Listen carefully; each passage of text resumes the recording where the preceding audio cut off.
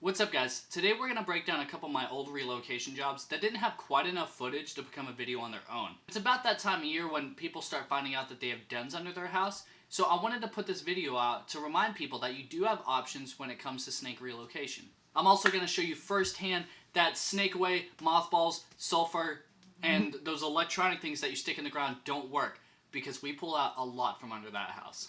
Now most of the time I was using tongs while under houses, but when I was using hooks, I would use hooks made by snake charmer hooks. I've got two here, and this one's going to be more what I would take with me. These are tested and true, and I really recommend them. Snake charmer hooks. Now this hook here is one of a couple I have from Venom Life Gear. I haven't put it quite through the ringer like I have the snake charmer hooks, but so far it's been a very durable hook. You can do a lot with it. It's not like the golf club hooks that will just break when you look at them funny, but you can get 10% off at venomlifegear.com with the code MAX10. Do I recommend these hooks? Yes. Just because I haven't pushed it to try and put it to the point of failure doesn't mean it's not a durable hook. It is still very good and very good for your personal use, and I know a lot of professionals that use these hooks. I just didn't at the time. And 10% of your purchase also goes to support the Asclepius Snakebite Foundation, and they provide anti-venom for those who need it in impoverished countries in Africa and Asia. Very good foundation. Check them out. Check out Venom Life Gear. Check out Snake Charmer Hooks. But let's go ahead and dive in on these relocation stories. This first job was actually a pretty difficult one. It was an old abandoned trailer that was about to be moved, and we couldn't get in from the outside because we looked in and we saw a large beehive right at the entrance. So there was a large hole on the inside, which we had to go down and start pulling out snakes.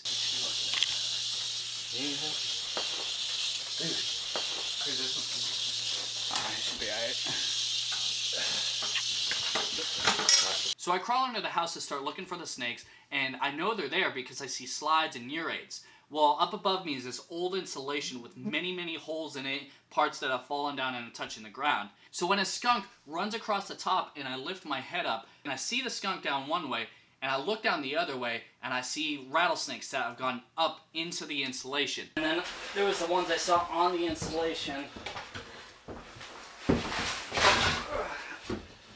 Right, so, oh, there's two up high.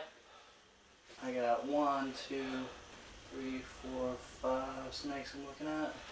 That changed everything, because when you're crawling around, you're looking to clear each section to make sure that no snakes get behind you. So the fact that they could be right above you or around you and crawl down, that changes everything, and it makes you hyper aware. And so long story short, I got out, we went to the room next to where the snakes were, and we bust a hole in the floor. That way we could reach in, we could grab a ton of the snakes, and then I could crawl down in, and I could get the ones that are over there. Alright, if you want to scoot behind me? Yes, sir. I'll pull them up, put them in that corner.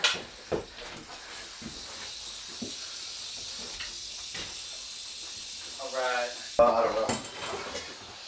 Anyway, they're big now,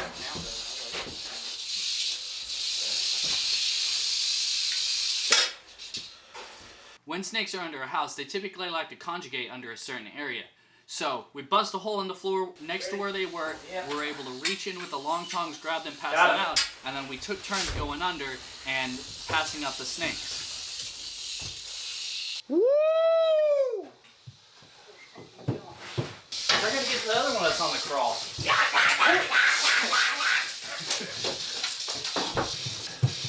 You need to calm down. Get out.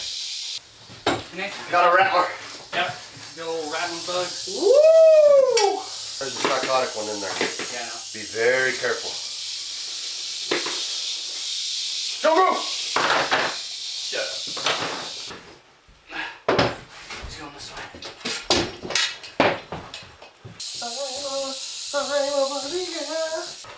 We gotta hurry though, because that life's about to die. Yeah, I know.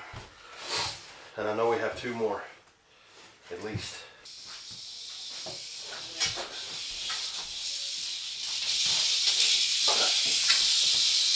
Stay right there. Okay.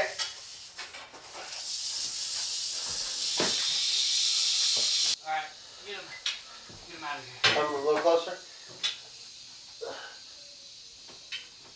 Okay. Let me scoot back. Alright. He's hung up on, okay.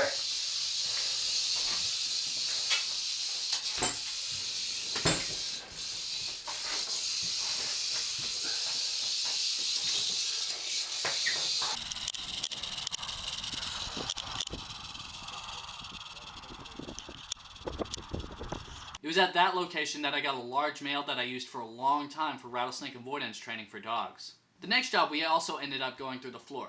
These people knew they had snakes around or under their house, and they had done every little home remedy they could to try to keep them away. They had done mothballs, snake away, sulfur, none of it worked. They even had those things up on Amazon where you put them in the ground and they're supposed to beep and vibrate. Obviously that didn't work. We ended up pulling 32 snakes out from under this house. This is where things got problematic. I crawled under the house and I could see where all the snakes were, all in one area. Oh my god. There we go. Found him. Woo! The problem is, you need to make sure you have proper access to all of them, because if you start grabbing at them and they start moving, you need to be able to get them out fast enough to where some don't go down the way and get to an area you can't get to. And the thing was, I didn't have proper access. It was a pier and beam house, and the beam was too low, and this mounded dirt in front of me was too high to where if I tried to angle up, I couldn't see where I was grabbing, and I didn't know exactly how many snakes were there. I can't get my arm up because the hole's too deep to grab them, even if I turn the tongs upside down. So they ended up making a decision to cut a hole in the floor and grab them from above. My job was staying under the house to make sure while they were cutting that none started scattering. So where we're at right now is I have to crawl back under. When I was under there and I was digging, the beam didn't let me get a good angle to where I could actually grab the snakes because the hole that they're in is pretty deep. So the homeowner decided to cut a hole in the floor.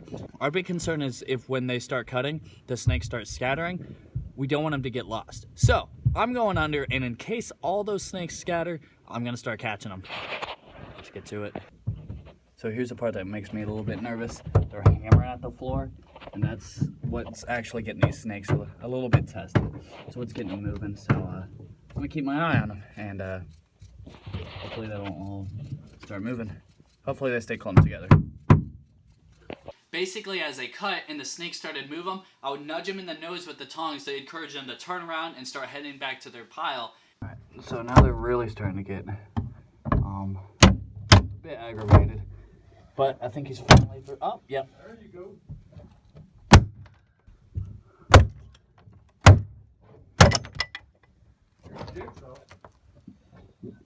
You want me to get bit.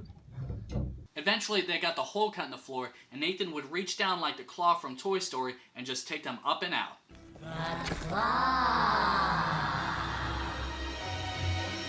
At that point, my job was just directing him and telling him where each of the snakes were that he couldn't see that were up on the ledge against the wall. She's free? Yeah, she's on top. Oh. This one that's looking at me, you got one shooting back, he's wrapping back around, right? To be honest, I got this mound of dirt, and I won't be able to tell until they start coming over it. Okay, you got a big snake, maybe the biggest one under here, going to your right. Let me get this little dude. I see that big one that's moving.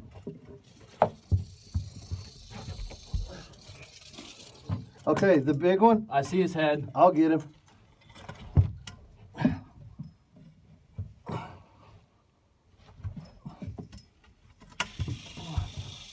I just picked him up. Good. You know, since... Hey, don't let him go. Huh? What? I said, don't let him go. I'll try not to.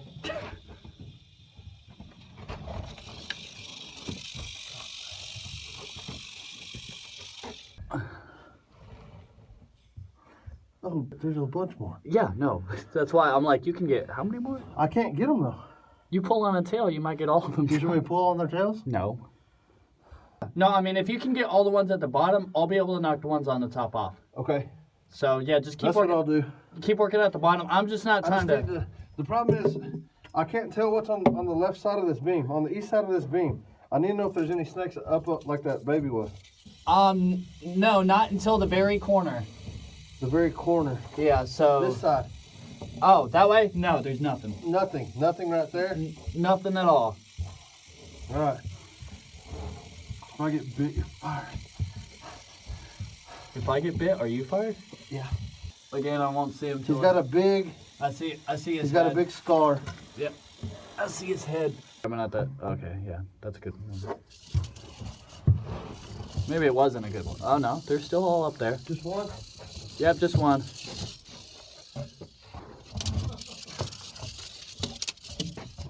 So which ones do I grab?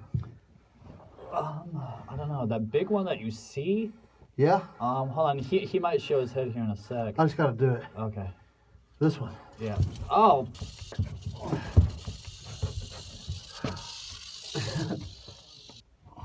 Okay, so he's right at the corner of that last beam before the wall. Yeah, there he is.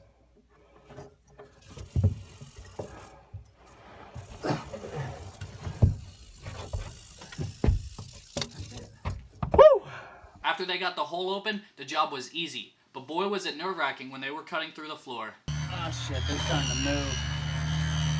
Oh, they're moving. This last job was pretty clear-cut. It was an old slab barn with a den under it, and we would peek under with our flashlights, see all the snakes, grab them, pull them out. Got him.